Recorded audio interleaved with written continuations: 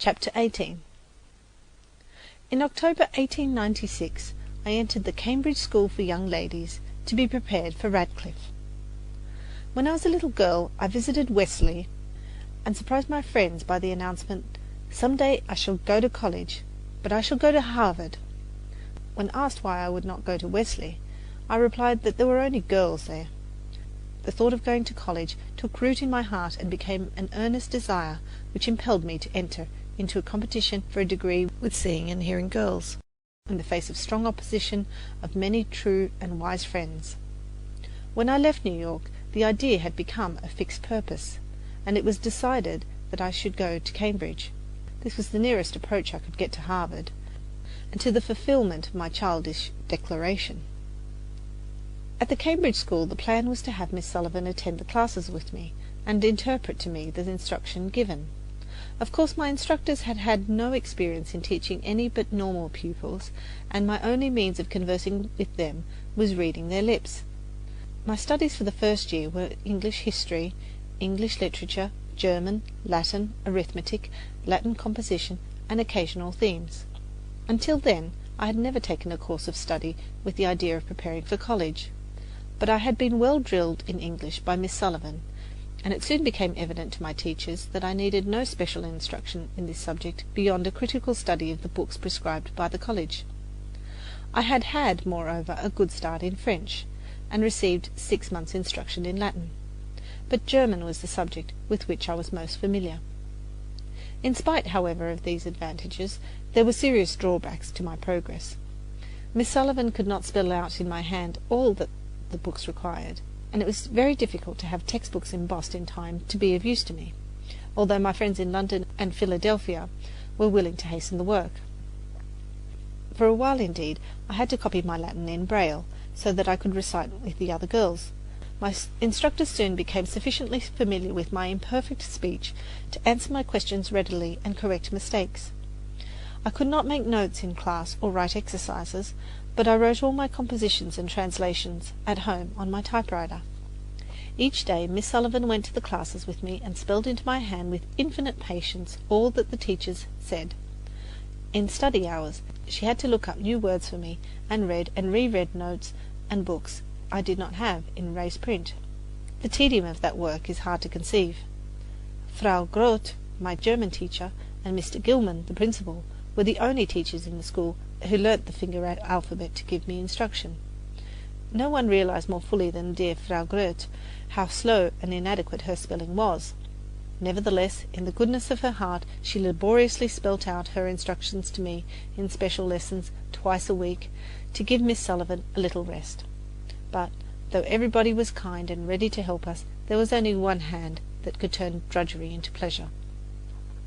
That year I finished arithmetic, reviewed my Latin grammar, and read 3 chapters of Caesar's Gallic War.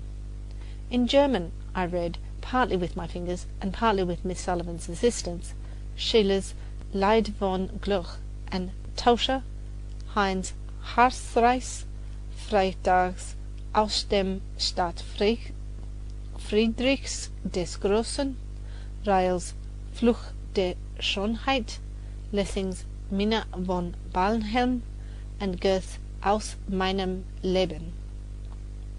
I took the greatest delight in these German books, especially Schiller's wonderful lyrics, the history of Frederick the Great's magnificent achievements, and the account of Goethe's life.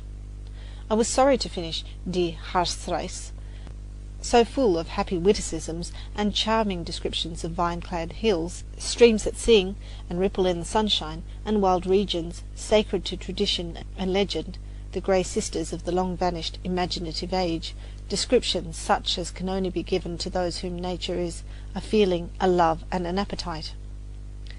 Mr. Gilman instructed me part of the year in English literature. We read together As You Like It, Burke's Speech on Conciliation with America, and Macaulay's Life of Samuel Johnson. Mr. Gilman's broad views of history and literature, and his clever explanations, made my work easier and pleasanter than it could have been had I only read notes mechanically with the necessary brief explanations given in the classes. Burke's speech was more instructive than any other book on a political subject that I had ever read. My mind stirred with the stirring times, and the characters round which the life of two contending nations centred seemed to move right before me. I wondered more and more, while Burke's masterly speech rolled on to the mighty surges of eloquence, how it was that King George and his ministers could have turned a deaf ear to his warning prophecy of our victory and their humiliation. Then I entered into the melancholy details of the relation in which the great statesman stood to his party and to the representatives of the people. I thought how strange it was that such precious seeds of truth and wisdom should have fallen among the tares of ignorance and corruption. In a different way, Macaulay's Life of Samuel Johnson was interesting.